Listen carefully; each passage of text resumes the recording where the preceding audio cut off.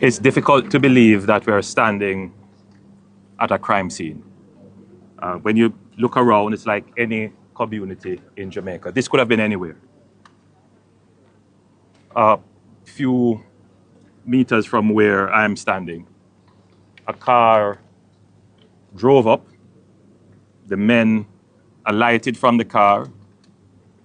One high-powered automatic weapon, which has been certified to be an M16, obviously by virtue of the recovered spent shells, and handguns were used.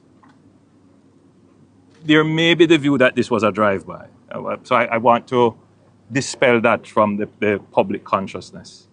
The men, by the reports we have received, alighted from the car, walked a few meters to this establishment, and they pursued individuals and killed, including an 8-year-old youngster who was just killed right behind that car there.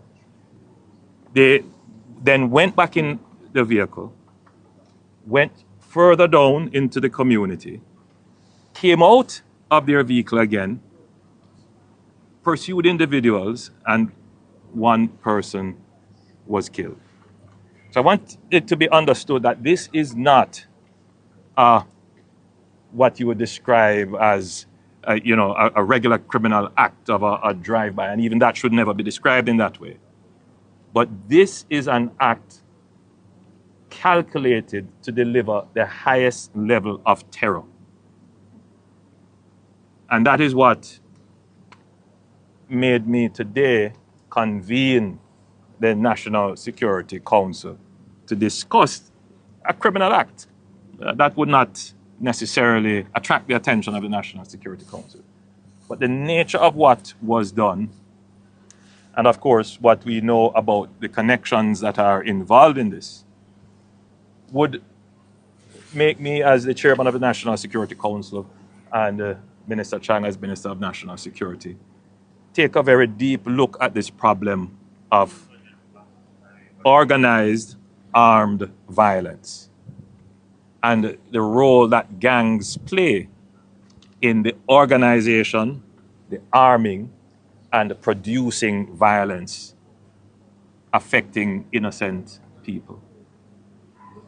We have, over the last 4 years, invested heavily in the investigative capacity of the JCF. And I don't have to go into the examples of the incredible work that the major investigations and other units of the JCF, led by the great work of DCP Bailey, would have done in solving all kinds of crimes. In 2023, I described a similar event as a terror event where a gangster in Mount Salem in St. James with a high-powered weapon opened fire on a public passenger vehicle, killing 3 persons, including 2 youngsters. And at that time, I spoke stridently, and I made a commitment to their mothers. I visited them personally, and to their other family members, that we would capture and bring to justice those persons who are involved.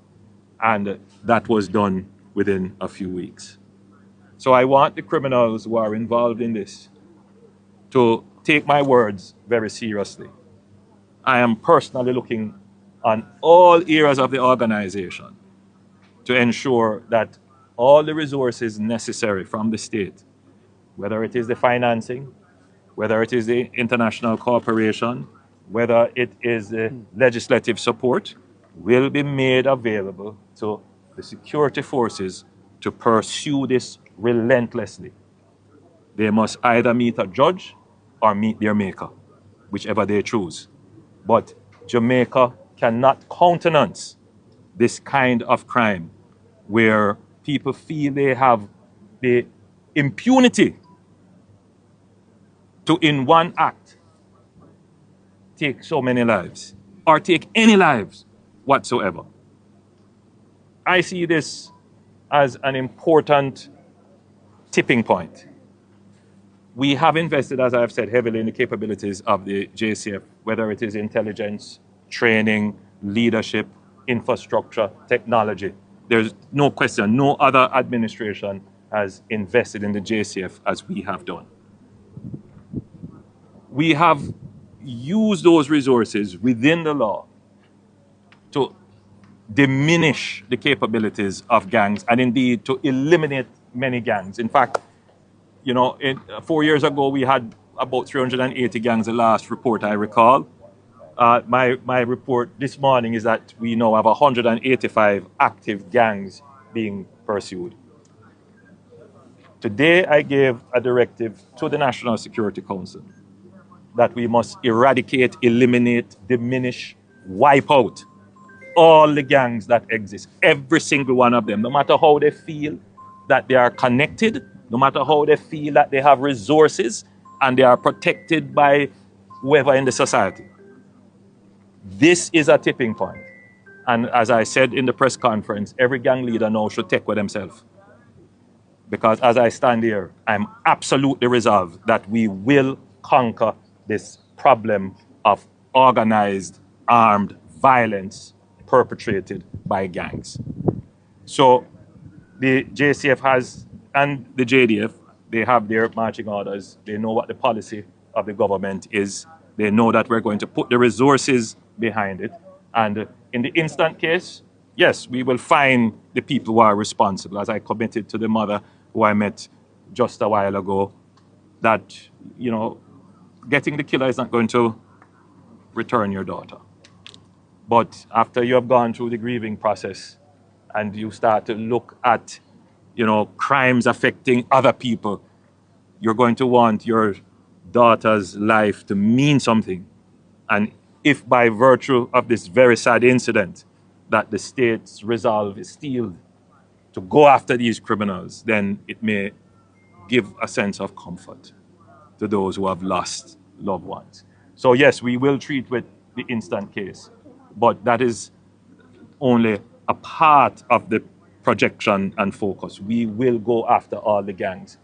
And what we are seeing is that there are connections and links with not just the gangs that are involved, but with other gangs who facilitate. And we will leave no stone unturned. We will pull every thread to see where it leads. Jamaica is at an inflection point, meaning that we have solved the economic issues. We have dealt with the resilience issues. The big issue now for us is peace. And if we solve the peace element of the equation, we will take off at a rate that is much faster than we have grown before. So that is what is holding us back, peace and productivity. But if we can solve the peace part of the equation, our growth will just take off. Jamaica has the potential to do it. And I want to assure the people of this community that the resources are in place to keep you safe. And just quickly to point out, the traditional modalities of police operations should not be used to judge police operations going forward in the future. The police have many modalities of treating with issues. So I heard one call from someone who, I'm not surprised they don't know better, that they should see the place flooded with police. I'm not going to explain the strategic direction of the police because we don't want the criminals to understand what we're doing. But if you stop for a moment, right, if there are connections, then the police not only need to be here, but they need to be at other places as well. And they might very well be here and you don't know. So I would say to persons who have no idea of what we're doing, not to try and misdirect public attention. Right now, what we need is unity, and unity in all forms. We need unity in civil society, and we need political unity. This should never be used as an opportunity to divide the attention of the people, as I've seen someone try to do.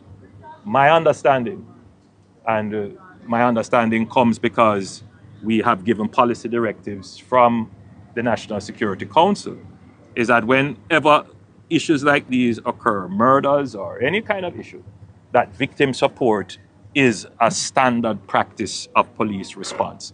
So I would leave DCP Bailey to say how victim support has been mobilized. But for those who would seek to create political mischief, I would wish to inform the public that the standard operating procedure of the JCF is that in incidents like these, or even lesser incidents, that the resources for victim support is mobilized almost immediately. The police is fully mobilized. I am told, and again, DCP Bailey, I'll leave those details to be verified, but there are 4 persons in custody. 1 firearm has been seized so far, and you're only focusing here, but the police is operating in other areas, which we won't name, which we will get results.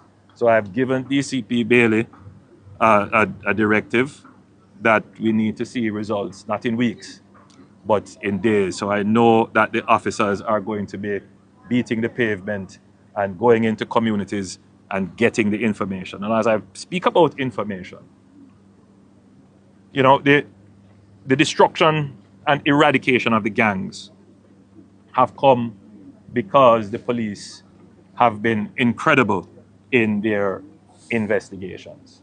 But investigations work well when you are investigating in an environment where the citizens are willing to cooperate. Now, you can investigate by gaining intelligence, and there are many ways to gain intelligence. But the best intelligence is when someone who has the information communicates it to you.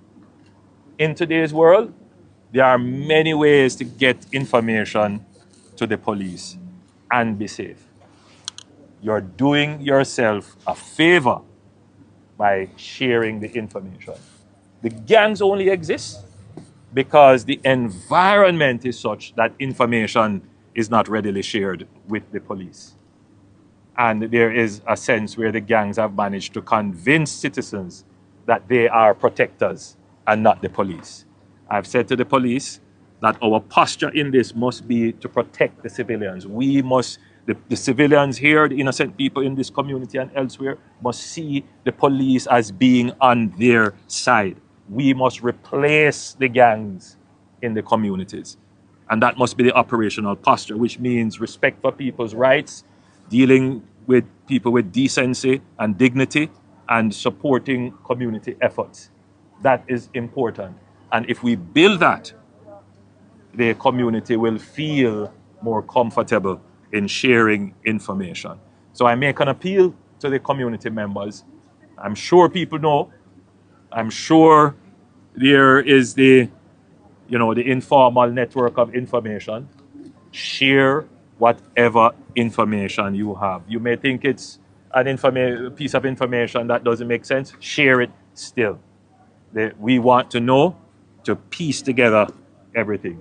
It is in your interest to keep your community safe. And lastly, could this have been prevented? This is a question that whenever crimes like these happen, we review our policies and procedures, and I'm certain that DCP Bailey and Commissioner Blake, when they are back, those questions they will answer. What was on their radar, what was not. But what I am certain of, as I was told by the mother of one of the victims, that the police were here, they were patrolling, they were moving about, they had static presence every night. But obviously these criminals had a level of organization where they were studying the rhythm of the patrols and the operation, which tells you that this is not an ordinary crime. This is not an impetuous action. This is something that is studied, that they calculated, that they came to spread mayhem and to take the lives of innocent people, which is why we have to take a different level, a higher level approach to this, to send a message to the criminal underworld that you will not win, you will never win, and no matter how long it takes, we are going to find you and bring you to justice.